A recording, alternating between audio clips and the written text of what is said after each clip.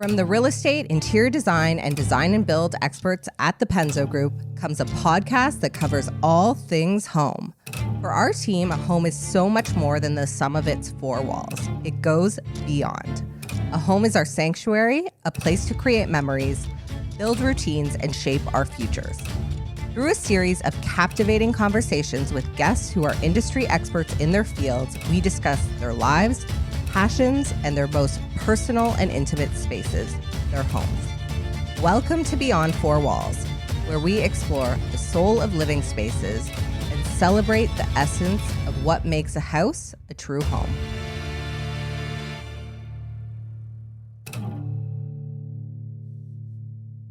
Hello, and welcome to another episode of Beyond Four Walls with the Penzo Group. Today, we have the pleasure of sitting down with Sylvia Benchimol and Daniel Sultan, the mother-son duo behind the brand Stonetile.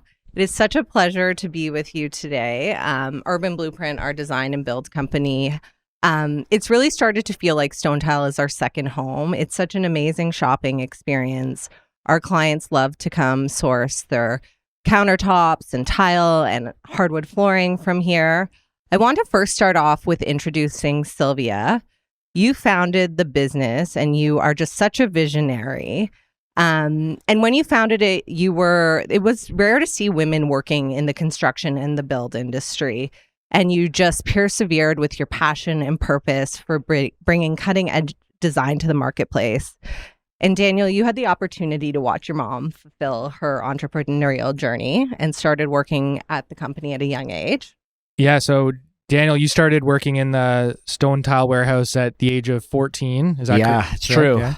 And I guess you really knew, did you know at that age that you'd play an integral role in the business? Look, I was 7 years old when my mom started in 1992. And at that point, I have to admit, I didn't really know what she was doing, but it was definitely around 14. I hated going to camp, and I had two choices. My mom said it's either go to camp or work.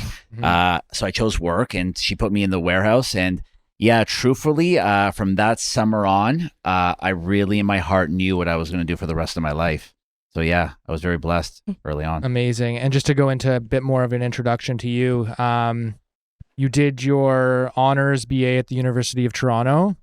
And then Daniel also then started working in the Stonetile warehouse in all aspects of the business, from corporate sales to showroom marketing, and also created a project management division.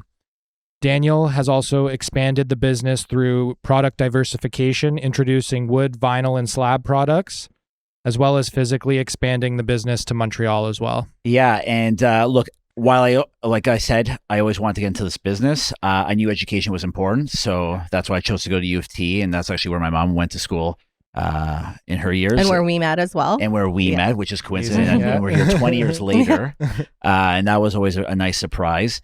But yeah, I always believed education was really important. By the end of the day, I spent pretty much months in every department, at least 4 or 5 departments once I graduated from U of T, to really learn the ins and outs of the business. I felt that was really important. Not only for myself, but to show respect and gain respect from a lot of the staff at the company. I felt that was really critical. Yeah, there's nothing like hands-on experience, especially It's been being my MBA. in the family, right? Yeah, absolutely. Yeah, so wanted to ask Sylvia, you're such an inspiration to so many in the industry, especially as a woman in the industry. What was really the vision and the driving force for starting the business in 1992? Well, it's interesting that you say vision, because contrary to Daniel, my story is not one that started with a vision. Okay. It's actually a story of flexibility and adaptability. Okay. I was always, an academic. I thought one day I would maybe be a lawyer or a doctor, and I went through school. I always was a high achiever. And I realized sometime along the way that I did not like working for other people and that I needed to do something on my own, but I could never mend the two, blend the two. And so I went to university for sciences and literature and everything that I could find. But anyway, one day I found myself with a baby and being a single mother, I realized that I could not just meander my way through academics. So I figured very soon that I needed to find a way to be a mom, be flexible, being able to take care of him, and also be successful. I wanted my son to have everything that he would have had we stayed in the marriage. So I saw an opportunity. I figured sales would be probably the best way to do this. And I saw an opportunity to be an architectural sales rep. And I thought, wow, what an interesting thing, right? It's sales, but it's not hard sales. I thought it would be up my alley. And this is how it started, and it evolved.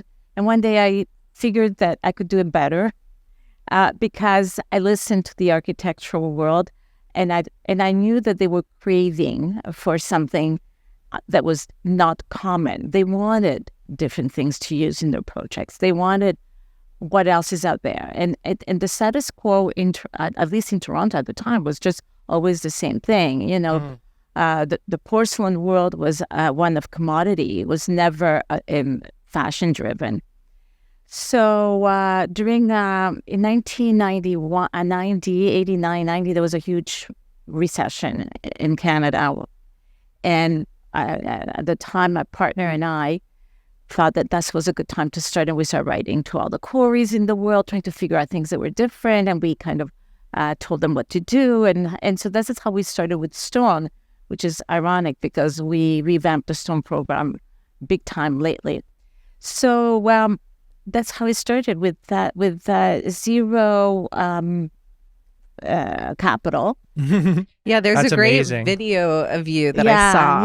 Yeah. And that was 5 years later. That was in 1995. I started in 91 without a showroom, without a warehouse, without an office. And you were doing everything. I was doing everything. I was working with, Carl was my partner, but he was just behind the scene. He was helping me with labels and cutting samples and sourcing material. But I was doing everything else. I was the Wearing front. all hats. Yeah. And then eventually when we got that little showroom, I was doing supply chain, payables, receivables, sales, shipping, receiving. That's incredible. Which was to me, it was a lot of hard work, obviously. Where do you think that work ethic comes from? Well, I always, it was in me. Like I always, since a little girl, I don't think I've ever missed a day in work. I always work hard. I love it. I love achieving. I think my parents instilled in me a sense of being, of achieving and being as best as I could be. My dad always, as a little child, I remember my dad used to say to me always, you need to rise above the masses. And I never even knew what that meant. But I always knew that I had to be better and better and better. So yeah, I think Daniel got that from me too. Yeah, has that rubbed off on you, Daniel? Yeah, How's and look, it been having? I think also, I don't know if she recognizes, she was the oldest of six, and I think she quickly had to become a bit of a leader early on. When you have 6 kids, it's hard for the parents to take care of everyone. So I think my mom just either grew in or somehow was asked upon her to kind of be a little bit of the third leader in that family. And I think a lot of that probably helped her along the way. And definitely with me, I always could tell my mom, rolled to her own beat. And that was something really important for me. And sometimes it was very lonely when you're younger, when you're not following the mainstream. But definitely I could see herself being a visionary. And even though she says she didn't see it, at the end of the day, she had something in her that nobody else saw at the time, believe it or not, 30 years ago. And I'd like to believe and hope that I want to carry that on. And that was important. You always have to separate yourself from everybody else. Yeah, but I said the vision is how I started. But once I started, I definitely had a vision. And the vision was to bring the most interesting products to the world of design. And then I developed a very strong vision. And I really wanted to be the best in what I was doing, in bringing the best products, in being the best, providing the best service, providing the best relationships, developing the best relationships, both with my suppliers and our clients. And that carried all the way through. So that desire has remained throughout the entire and that's time, and has gone into the second generation as well. I think that's kind of a good segue into my next question is, what do you think sets you guys apart from your competitors in the marketplace? So other than the products that which are always trying to be cutting edge, but our competitors are catching up, and now For with sure. digital technology, it's easy to come up with something similar right away.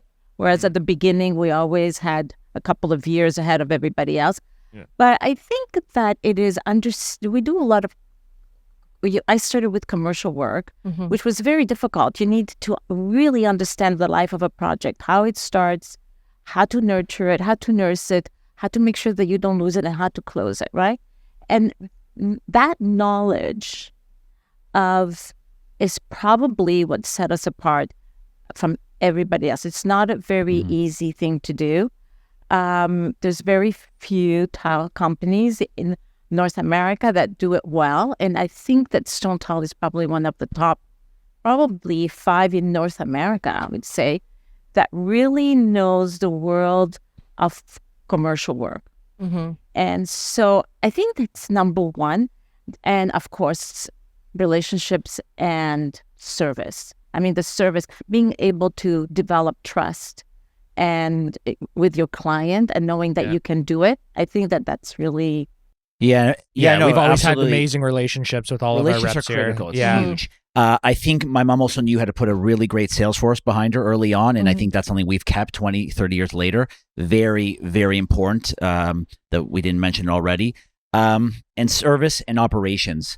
I think that's how we're also continuing to separate ourselves from the competition. I always tell people we're in like a C industry, and we're trying to operate as if we're like the Googles and the Apples of this industry. And it's so important to not only be strong on the front end with product innovation, operations is critical. And so service and convenience is something we're spending so much time, energy, and money on. And I think that's what's really making us a strong player nationwide.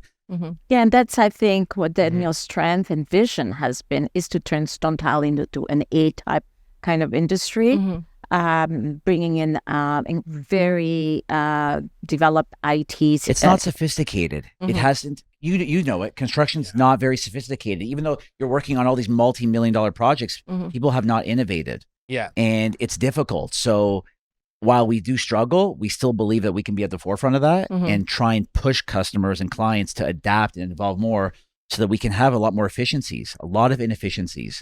Yeah. And it costs a lot of time and money for a lot of people. And I think what our customers will always say is like, it really just feels like a great retail experience when coming to Stonetile. You feel welcomed.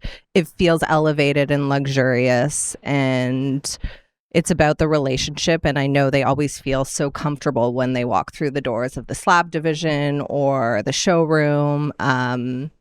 We also wanted to ask about the diversification into hardwood and vinyl, which is something I think you spearheaded. Yeah, so that was about 12 years ago. And truthfully, we were looking to get into another product category for many reasons. We wanted to find ways to grow the company, but we also, instead of growing geographically, how could we also appeal to the same customer and just work with the same wallet that we were dealing with? Yeah. And actually, other products were on our radar first. It was plumbing and things like that. But Luca has your hardwood in his house. I do. Yeah. I've got the cafe latte and both the plank and the chevron patterns. And cafe has been one of our best-selling lines that we developed amongst our clients as well. 7-8 years ago. Yeah. And so, you know what? I think what was important was we were actually going in a different direction. But I think something that we've always been really good at is we always keep our ear to the ground. We ask a lot of questions. We got a lot of feedback. And by the time we finished our feedback 10 to 12 years ago, the feedback was, you know what, no one's really doing engineered wood really well in Ontario. And we're like, so we pivoted. And I think that's a testament to not always, don't be so linear focused. Yeah. You got to be open-minded. And there's so many details that go hand in hand between tile and hardwood on projects, between like making sure they're the same heights and alignment and everything. So, and there's a natural progression. You meet in the same areas. They're sold by the square foot. There were so many synergies. And I'm really glad because 12 years ago, believe it or not, was still at the beginning phases of where engineered hardwood was going. 20, 30 years ago, people were using solid wood, which not only is not really good for the environment, it's also a problematic problem with product with expansion, contraction. Yeah. So now today, engineered products are probably 95% of the market. But back then, we were on the rising cusp of where that market was going. So I think we timed it really well, and now it's nationwide. Is there anything that's new coming to the industry that you can discuss? Like anything coming out with floors and countertops, or any really popular finishes that you want to talk about? Look, so right behind us is our 40,000 square foot slab gallery, and stone, believe it or not, it's been around for thousands and thousands of years. Yeah. But it's having a bit of a renaissance.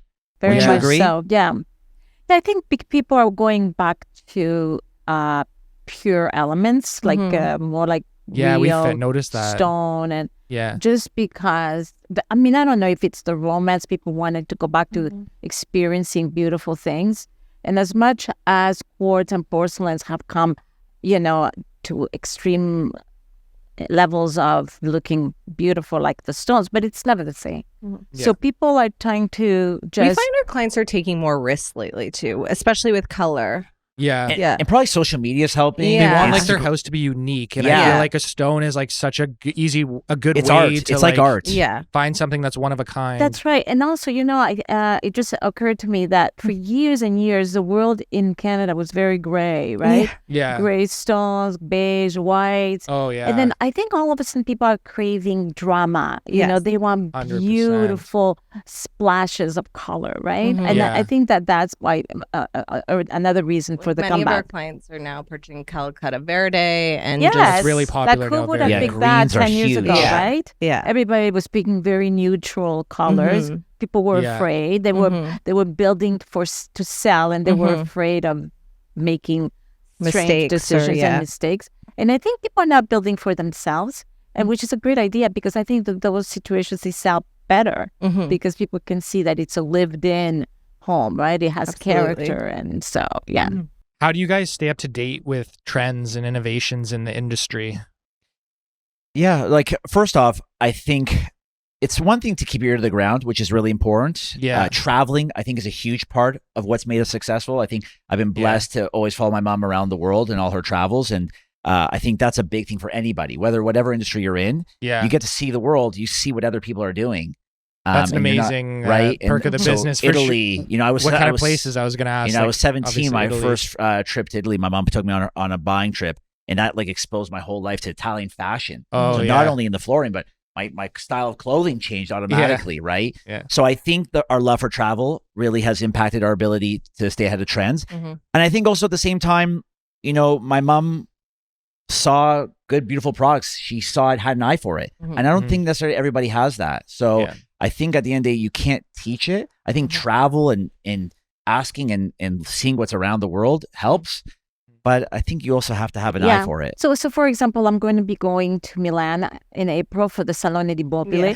and it's such an source of inspiration. Mhm. I mean, you do have to understand it and breathe it and take it in. Mhm. But I think it's keeping your eyes open to everything that's beautiful, and just I see in Milan things that don't happen here for 3 years, and sometimes we've made that mistake where I try to be way too progressive, And we're Mhm. not and ready we're not for ready it. yet. Yeah. And then 3 years later, all of a sudden, Yeah. it just picks up, But I think that he hit it right on is the travel, and especially going to the center of design, which is, Yeah. the Milans of this world, France, and yeah, so for sure.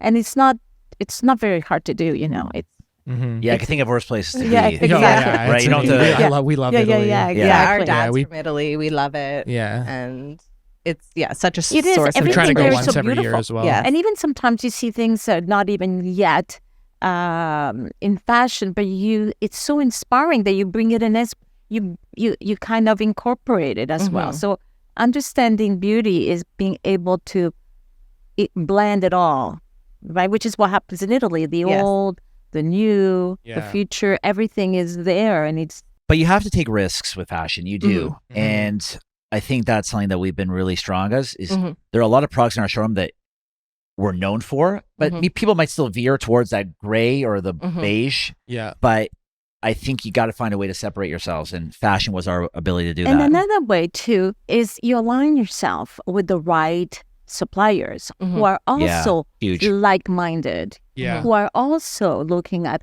how am I going to be different. Mhm. So when you align yourself with people like Mutina, for example, and companies like that are facilitating your quest by bringing you really interesting products, then they make your life a lot easier too. With so many materials to choose from, how do you guys help guide customers in their selections? What are some of the key points that they should consider while they're making their decisions? Yeah. So kind of going back, besides we try to inspire our customers with our showroom, with our large formatted space. We invest a lot of time, money in our showroom experience to really help with the inspiration. But it goes back to the sales staff. Most of our sales staff have a design background. And what that's here to do is to help any end user or customer coming in who might be a little overwhelmed, or even our designers who come in and even they have years of background and knowledge. They still like help. We all need assistance. And no one can always be an expert in every field they're in. So I think that's really critical. And it's about asking the right questions. Because going back to efficiency, we don't, as much as we want customers in here for a long period of time, we also don't want to waste their time. And so it's about asking the right questions of what their needs are and not veering them into a product that might not be right for them. Whether, it could be the difference between whether you use natural stone or whether you use porcelain. If you have a lot of maintenance requirements, we're probably going to steer you into a porcelain or a ceramic that's going to have pretty much no maintenance. That's a good point. And maybe they're not as, carefree. And, so you got to ask the right questions because that's important for service and your reputation. You don't want to just think about the quick sale. Yeah. And that's what I think guides us. Yeah, I was going to say exactly the same thing is we listen. You need to listen to what your client wants. You need to inspire them as well. But after listening, then maybe you can try and inspire them with something that they may not have thought of. And is your buying process, because I know you have showrooms across Canada, right? There's like Montreal, Calgary, Vancouver, Toronto. Those are niche markets, I would imagine. So is your buying process different for each showroom or is it? Yeah, it is and it isn't. When we do go to buy a product, we always get exclusivity nationwide. But to your point, some markets respond differently to products. So we have to be very careful. So for example, when we're stocking inventory levels in Calgary, we have to be very mindful of the Calgary and Vancouver market. There are some subtle differences. I don't think there's too many differences, but there are some. Yeah, there are some. If of course, yes, but I try not to assume too much about them and rather bring inspiration to all of them. And when we first opened Vancouver, for example, we went in with our product, and at that time, the architectural world was craving for products, and we were more Northeast sort of products, right? Very modern, contemporary stuff. And yet it was in Calgary and Vancouver when we opened, they were ecstatic. So in a way, architects are architects, designers are designers. The people and a lot of our clients are helped by designers and architects. It's not that. I mean, we do have walk-ins, but it is a very architecturally driven world here. So, architects and designers, they learn design, and they learn design that is being taught in Milan. And so there is a commonality. I find that for the most part, our core product is accepted throughout Canada, I would say. Yeah. And one last thing to touch on that, I think our vision has been to show the people what they don't know. Right. And so So while, markets are different. Kind of like stay ahead of the trend. Yeah, exactly. Yeah. And so sometimes it's not going to appeal to everybody, but I think it's been our guiding light and it has worked for us more times than not. So I think most of Canada has embraced our product selections and they are willing to take the risk. They just didn't know about it. So what's in store in the future for Stonetile? Yeah, so there's so much in store. Quickly, my mom started this business 30 years ago. There was a huge passion for it. And really, this story is far from coming to an end. There's so much to look forward to. And I think there's a lot of things. There's more product diversification, I think, is a must. We want to create more convenience with our customers. So don't be surprised if in the next year to 2 years, you start to see new product categories popping up in a Stonetile nationwide.